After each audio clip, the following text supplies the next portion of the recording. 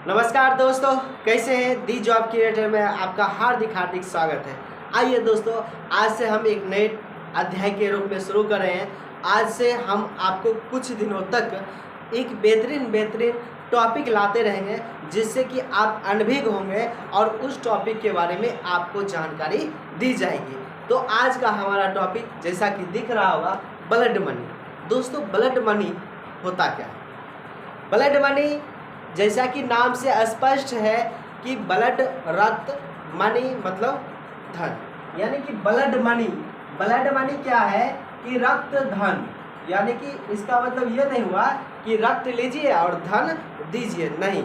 रक्त धन बहुत ही इम्पोर्टेंट चीज़ है। आपने बहुत कुछ सुना होगा मनी के बारे में, लेकिन ये ब्लड मनी एक अलग तरह का है। दोस्तों, हमारे देश में जो संविधान है वह लोकतंत्र के संविधान जो है लोकतंत्र पर आधारित है कि यहाँ पर सभी लोगों को एक सुविधा दी जाती है, अधिकार दी जाती है कि किस तरह के लोगों को कैसी अधिकार मिलना चाहिए, वह हमारे संविधान में लिखा हुआ है। जैसे कि बोलने का अधिकार अनुच्छेद 19 के तहत आता है।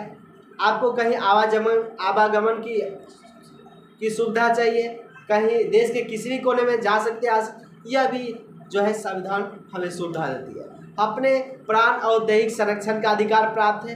लेकिन कुछ विशेष परिस्थिति में क्या होता है कि जैसे कि किसी ने किसी का मर्डर कर दिया, खून कर दिया, वैसी स्थिति में भारत में क्या होता है, पहले हम भारत में समझते हैं और फिर इसको समझेंगे कि वैसी स्थिति में क्या होता है कि जब हम मर्डर कोई किसी को कर देता है तो उस पर हत्या का जुर्म लगता है और कोर्ट में उसको साबित होता है, और साबित होने के बाद उसे जेल की सज़ा या फिर कोई अन्य सज़ा, उसको उम्र कैद की सज़ा, या ऐसा स्थिति में जहां पर अधिक लोगों की हत्या की गई, वैसी स्थिति में उसे फांसी की सज़ा दी जाती है। यानी कि उम्र कैद सबसे बड़ी सज़ा भारत में क्या माना जाएगा, तो एक फांसी की सज़ा के साथ साथ उम्र कैद की सज़ा भी मानी जा सकती है, या किसी को 20 वर्ष, 14 वर्ष, 10 वर्ष, जैसा सिचुएशन हो, यानी कि जैसा केस हो, जैसा मुकदमा हो, उस तरह का उसको जो है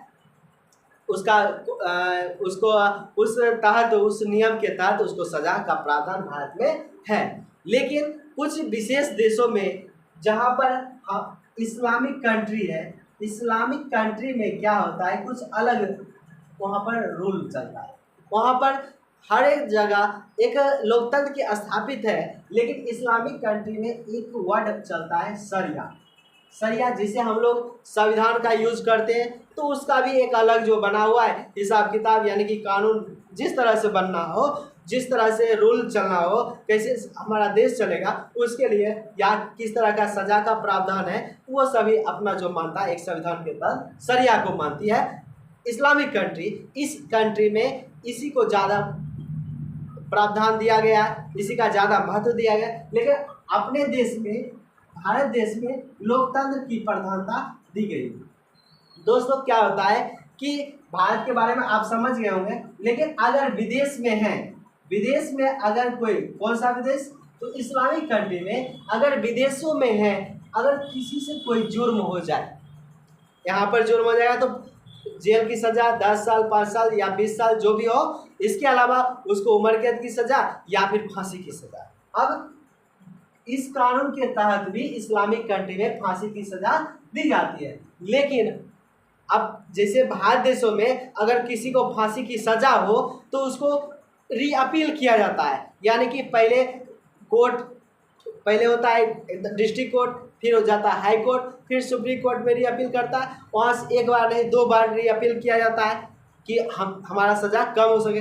अगर सच में रियली में प्रूफ के बाद अगर कोर्ट के जजों ने, यानी कि सुप्रीम कोर्ट के जज ने दे दिया एकदम फांसी की सज़ा, तो वह एक बार क्या होता है, राष्ट्रपति के पास जाता है और राष्ट्रपति से क्षमा दान याचना की भीख मांगता है।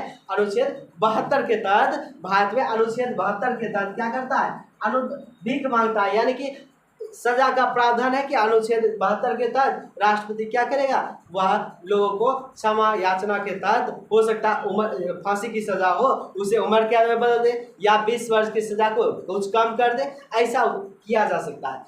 लेकिन इस्लामिक कंट्री में क्या होता है कि अगर किसी को फांसी की सज़ा दे दी गई है तो वहाँ पर उसका कोई चांस नहीं बनता है कि अब उसका जो है रफा दफा हो सके, यानी कि फांसी नहीं होगा। इसके लिए एक प्रावधान दिया गया। इसके लिए जो प्रावधान दिया गया उस प्रावधान का नाम है ब्लड मनी, जिसे कहा जाता है रक्त धन। क्या कहा जाता है?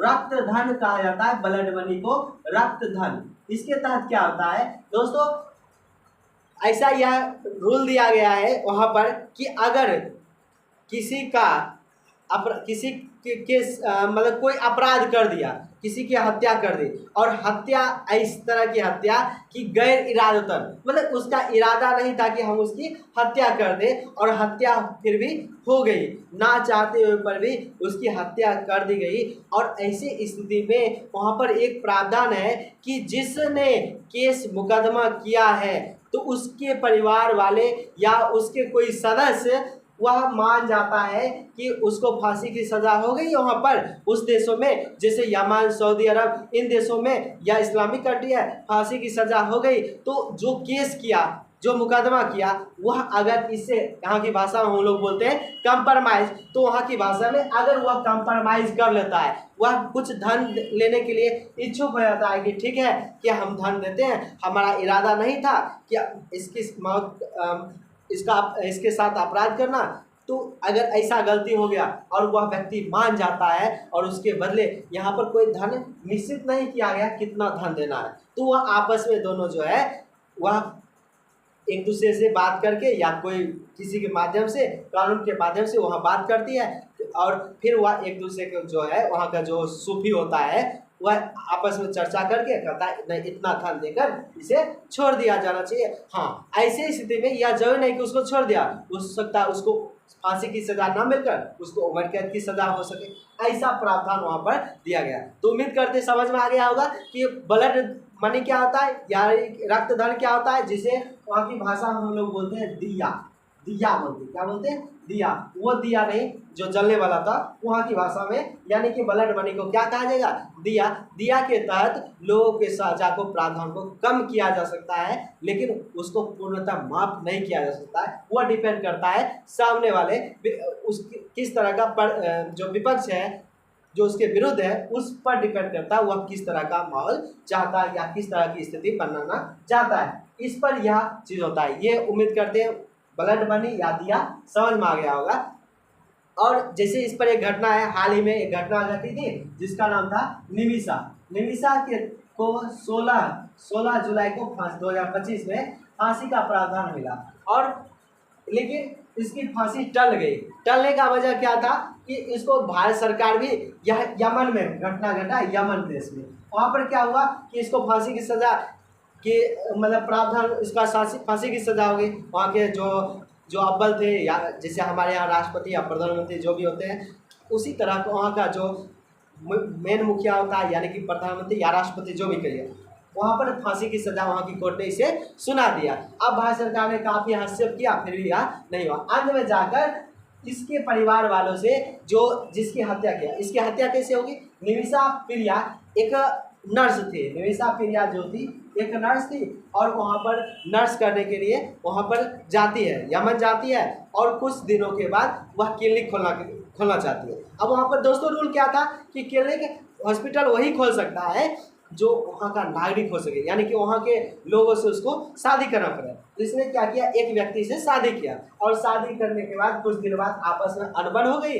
और फिर तलाक भी की नौबत आई, लेकिन हुआ या नहीं, लेकिन फिर भी साथ रहे थे। और इसके साथ इसका जो पति था वह धमकी देने कि हमारे साथ रहो, नहीं तो ऐसे कर दे वैसे। और इसलिए उसको संभालने के लिए इसने क्या किया, उसको, चूँकि यह नर्स थी, या उसको अपने पति को, हस्बैंड को बेहोशी का इंजेक्शन देने लगे, और इंजेक्शन देने के क्रम में क्या हुआ, ओवरडोज पड़ गया, और ओवरडोज पड़ गया तो उसकी मृत्यु हो जाती है, और इस पर मुकदमा चलता है। चूँकि इसका इरादा नहीं था कि उसकी हत्या करे, लेकिन यह क्या हुआ, गैर इरादतन, उसकी इरादा नहीं था कि उसकी हत्या करे, लेकिन इसकी हत्या हो जाती है, और इसी जुर्म में इसको फांसी की सज़ा मिल जाती है, जो कि 16 जुलाई 2025 को होने वाली थी, लेकिन इसकी टल गया। और इसका टलने की संभावना एक ही लगता है, अभी स्पष्ट नहीं आया क्या घटना है। तो यह ब्लड मनी हो सकता है। ब्लड मनी जो जो विपक्ष होगा, जो इसका विरोधी होगा, हो सकता है कुछ धन लेकर उसकी सजा को, प्रावधान को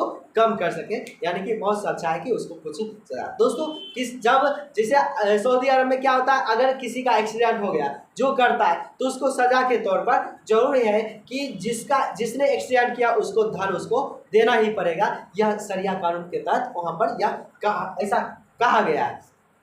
और इसके तहत मतलब जैसे कि कोई आदमी व्यक्ति किसी के साथ दुर्घटना ना घटे, लेकिन अगर घट जाती है उसको धन देने का मतलब ये हुआ कि उसका जो आय है, आय सपोर्ट मिले, उसकी जो जीवन जो उसके तहत जीवन यापन चल रहा था उसमें सहयोग हो सके, इसलिए यह धन लोगों के द्वारा एक दूसरे को दिया जाता है वहाँ के कानून के हिसाब से। तो ये था हमारा ब्लड मनी, जो कि समझ में आ गया होगा।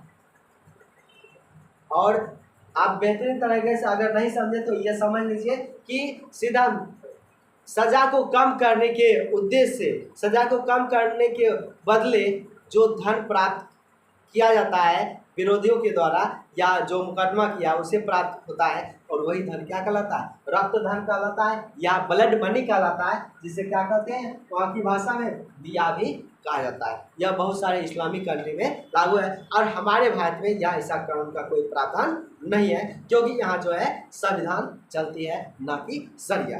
दोस्तों ये था हमारा आज का टॉपिक। कैसा लगा? क्या आपको इसके बारे में जानकारी थी?